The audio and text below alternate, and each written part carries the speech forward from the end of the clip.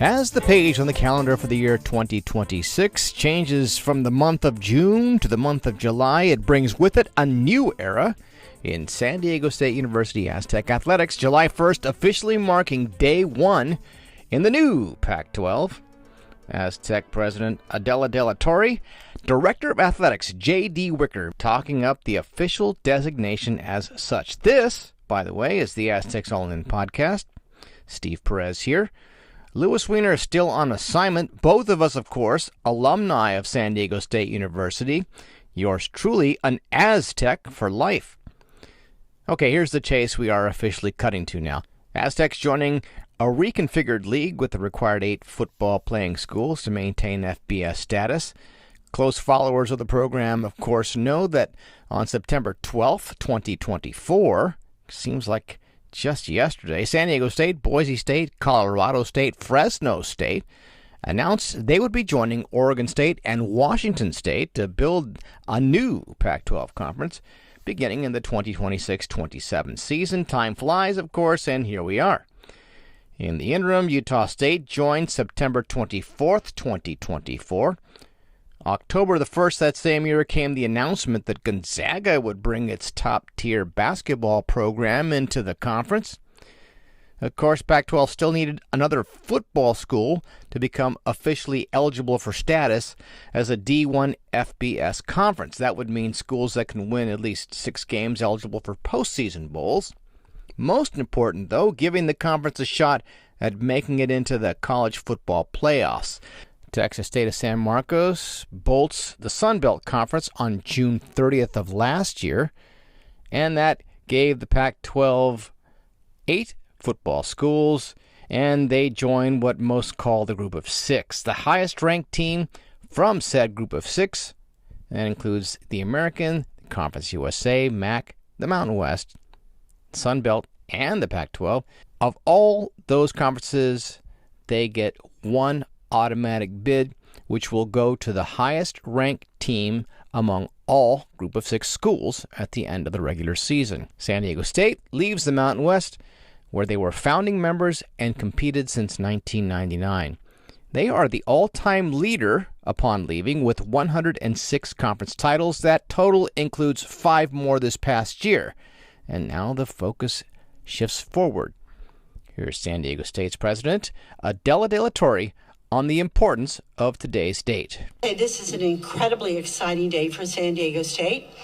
It's a culmination of, I think, a journey that we've had for a number of years, meaning if you look at all of our metrics, our academic, our research metrics, the applications that have been growing by leaps and bounds, and now something that really holds a promise for our student athletes joining the Pac-12 and bringing our student athletes the opportunities they justly deserve. You know, I want to take just a moment to thank the leadership of the Pac-12, also my colleagues in the other 3 universities. As you can imagine, we worked day and night, and to get to this point, to announce this is a real testament to what we can do and what we think we can do. Without a doubt, we know this Pac-12 will be remarkable. It will be a leader in many different ways, but more importantly, it will put student athletes first. You can hear J.D. Wicker sound a bit emotional as he talks about today's date on the calendar. Wow, I wasn't expecting this. I'm thrilled for San Diego State, our fans, our alumni, our donors. You know, we've worked hard for this. We have invested in San Diego State. Our institution has invested. I've told donors forever, the academic institution has to improve as much as the athletic institution, and credit to President De La Torre, credit to the previous presidents, provosts, deans, faculties, our students. The academic institution's amazing. The athletic department over the last, 12, 15 years, Jim Sturck's leadership. I was fortunate to work with Jim. All that we've accomplished. I mean, we have the best combined football and men's basketball record in Division I. So I'm so happy. I'm so proud for our fan base, our alumni, our donors that have this opportunity to go into the Pac-12, to create this new Pac-12 and the opportunities that it's going to provide us. Now, the Aztecs were said to initially be in line to join the Pac-12 before most of those schools bolted for the Big Ten and the SEC. It made sense for the institutions who bolted at the time because the Pac-12 was unable to land a media deal as valuable as those granted the Big Ten and the SEC. Now, I remember him telling us one day that particular day that the old Pac-12 busted up, early August 2023, was not a good day to say the least, and he recalls that once again. My wife's going to laugh at me for getting emotional again. It took me a while. August 4th, 2023, that's seared into my brain as much as September 3rd, 2022. And, September 3, 2022 would be seared for a different reason. No, I'm just kidding. The heat sear. No, I'm sorry, I missed that. There we go. Thank you. August 4th, 2023, sitting in a hotel room in Canton, Ohio, is Don Coryell, Aztec legend going into the NFL Hall of Fame. And, just sitting there and nothing you could do except watch, the former creation of the Pac-12 implode and all the work, again, that we had done over time. It took a good 6 months to get over that. And I don't think I realized that until, we were beyond it. Just how hard that was. I mean, a lot of people on our staff had worked so hard to kind of position us for that. So, here we are with another opportunity, and, we're excited about this opportunity and how it's going to allow us to continue to grow our athletic department, to continue putting, world-class opportunities in front of our student athletes as, we work to give them athletic opportunities, academic opportunities. Our life skills program is amazing. We like to say we graduate great human beings, and we graduated 114 of them last year. This is just that next step in that evolution. Obviously, college athletics is dynamic right now as a whole, and we feel, and the other athletic directors, we've had a lot of discussion. I got to spend a lot of time with the other presidents through this process as well. Everyone feels like this is the appropriate place to be with the current evolution of college athletics, and we're excited about what it means for us. The new Pac-12 has media partnerships with CBS Sports, the CW, and USA Sports. From a media perspective, it gives the conference a nationwide footprint on broadcast TV networks and national cable TV. Projected annual media revenue per school expected to be roughly double what the Aztecs received in its final years in the Mountain West, but the school also has to pay out the $20 million to the Mountain West as an exit fee, and there's some work to be done on that score. Pac-12 expected to help cover or offset some of that amount through moves such as loans against future revenue, withheld distributions, and etc. Aztecs also foregoing earned NCAA units earned as members of the Mountain West from their March Madness games, including their appearance in the National Championship game in 2023 and a more recent Sweet 16 run. The MW gets to keep that money. Each unit said to be worth about $2 million. Aztecs have earned the most of any Mountain West school in the unit category. They are paid out over a 6-year cycle. Chris Murray at Nevada Sportsnet in March put the San Diego State unit number at 11, so we're talking roughly $22 million. So while the amount due the Mountain West is in a bit of flux due to that settlement announced in May 2026 over exit fees and poaching penalties, heard JD say that the amount of money owed would not be borne by either students, the state, or its taxpayers. Here's De La Torre and JD discussing the answer to a very good question by the Union Tribune's Mark Ziegler.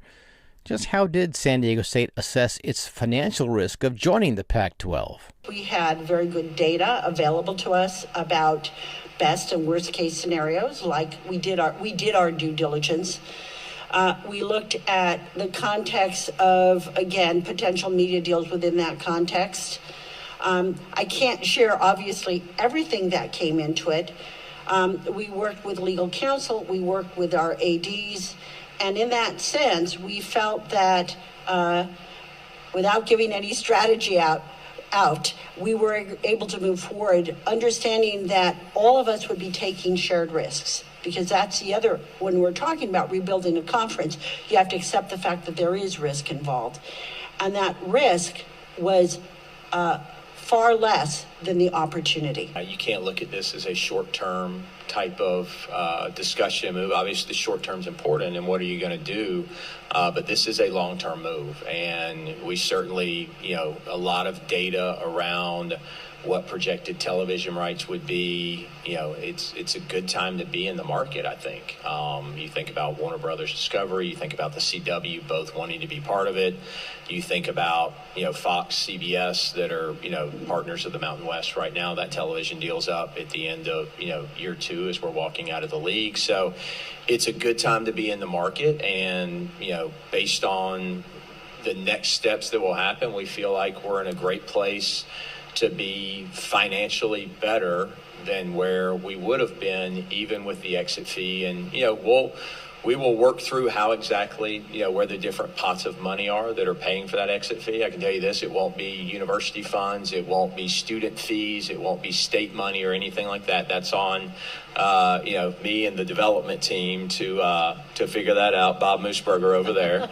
But we, at the end of the day, it's something that, yes, there's some risk in everything you do. We all accepted some risk when we got out of bed this morning. So it is definitely worth what we're going to get in this in the long term.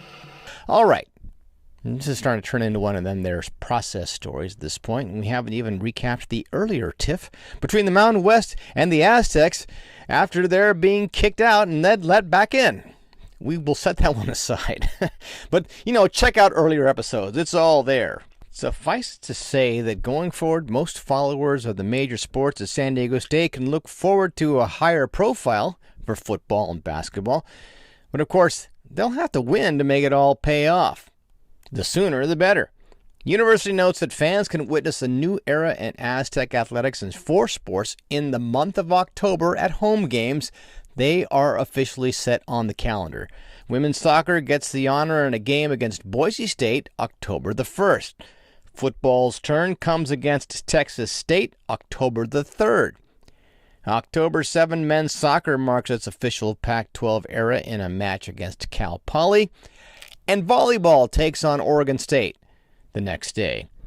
Okay, we can close this bit with a little sales pitch by JD after the UT's Kirk Kenney essentially asked why fans should be excited about joining the Pac-12 at this point. I mean, for years, numerous fans pined for them to be part of a conference they thought would include rivals in primarily the West Coast, including those up the road in L.A. San Diego State University and our athletic department continue to invest in being the best version of San Diego State that we can be. We want to go out and we want to put ourselves in the best situation that we possibly can to compete for championships at the conference level, and then allow that to put us in the best place to do that at the national level. And I think with, just what college athletics is today and what it's become over the last 5 years, that we've done that. I mean, just look at what we've done in the last, however many years. You go back to when Jim Sturt got here. And the championships that we've won and the Sweet 16s and the Final Fours. You're sitting in a $310 million football stadium that the San Diego State and San Diego community, made happen. So this is just the next step. Life is not it's not a straight path. There's going to be, forks in the road, twists, turns, whatever it may be. And sometimes you get knocked down and you got to stand up, dust yourself off, and go figure out what's going to be what's best next, and this is the next best thing. Life not being a straight path. Ain't that the truth? Speaking of life, for football fans, the beginning of fall football about a month away in early August with the fall camps. Coach Sean Lewis focusing on his 3rd season now. In the spring, Aztecs football focused on adding talent through the transfer portal and via high school recruiting, while also attempting to develop those who chose to return rather than depart elsewhere for more money in the TP. Key pieces and storylines include the continued development of quarterback Jaden Denigal and competition there. There are some strong portal additions to bolster the defensive front after several key departures. All about building depth and physicality for the rigors of Pac-12 play, which is expected to be an overall upgrade in competition. Aztecs open at home against Portland State September the 5th at Snapdragon Stadium. This season, we'll be missing covering a traditional centralized Media Days event in advance of football season. The new Pac-12 isn't holding one. In years past, we have brought you the Mountain West's annual version, typically in July in Las Vegas. We, of course, will be passing on that this year. The reconfigured 8-team conference has opted for a more streamlined digital-first approach. One other note since we last checked in with you concerns the Aztec men's basketball schedule. Aztecs taking part in the inaugural National University Bill Walton Classic set for November the 7th at Pechanga Arena in San Diego. Aztecs facing Colorado in a matchup that marks the first meeting between the programs since 1975-76 season. The series is tied at 3 apiece, with San Diego State's 2 wins in San Diego coming at what was then called the Sports Arena. Head coach Brian Dutcher calls the Bill Walton Classic really a family affair. Bill Walton, such a San Diego icon. Chris Walton played for the Aztecs, and personally there were a few classic concerts in the region I checked out, and there were more than a few times where Big Bill was hard to miss. He always had the better seat, and he always stood just a bit taller. Men's basketball coming off a fair to middling 22-11 campaign by program standards. It went 14-6 in the Mountain West. Did not receive an NCAA tournament bid. So local fans getting a chance at Pechanga to see what will be a much different roster from that season. And it features an early season showcase against a solid Big 12 opponent in the Pac-12 era. Okie dokie, let's call this an edition of Aztecs All In and say goodbye. But don't forget to subscribe wherever you enjoy your podcasts. Also, drop a line to us via Gmail if you have any special requests or topics you'd like to see covered. That email address, aztecsallin@gmail.com. Until next time, this is Steve Perez for Louis Weiner saying thanks for checking us out. We look forward to checking back in with you again soon.